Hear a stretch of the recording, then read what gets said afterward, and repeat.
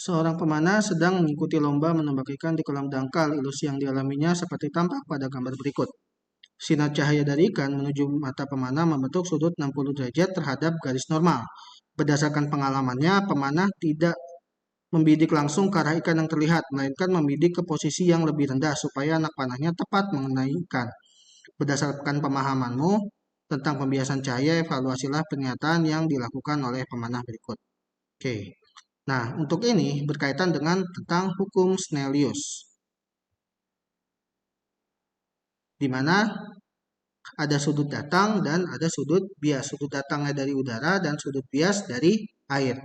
Di sini diketahuinya adalah sinar cahaya dari ikan menuju mata pemanah. Ini merupakan yaitu sudut biasnya karena mulainya dari ikan. Dan diketahui lagi indeks bias air 4/3 dan indeks bias udaranya adalah 1.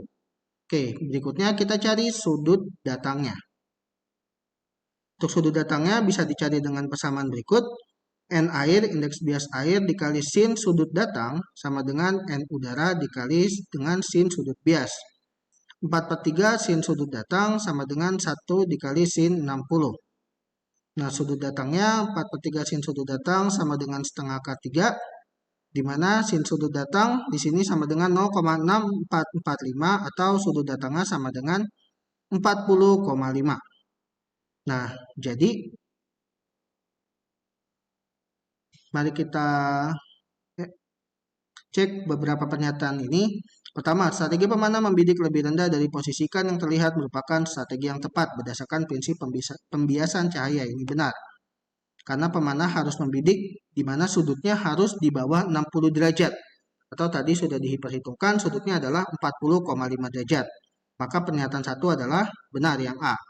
Pernyataan yang B, penambahan kecepatan saat melempar tombak dapat meminimalisir kesalahan bidikan yang terjadi akibat pembiasan cahaya. Ini salah, karena tadi terkait pembahasan tentang hukum Snellius, yaitu hubungannya antara indeks bias air dan sudut datang ataupun sudut bias. Tidak ada hubungannya dengan kecepatan. Yang C, semakin besar sudut pengamatan pemanah terhadap garis normal, maka semakin besar pula perbedaan antara posisi ikan yang terlihat dengan posisi ikan yang sebenarnya. Yang ini juga benar. Karena tadi hubungan antara sudut datang dan sudut bias yaitu sebanding. Jadi semakin besar sudut datangnya, maka semakin besar pula sudut biasnya.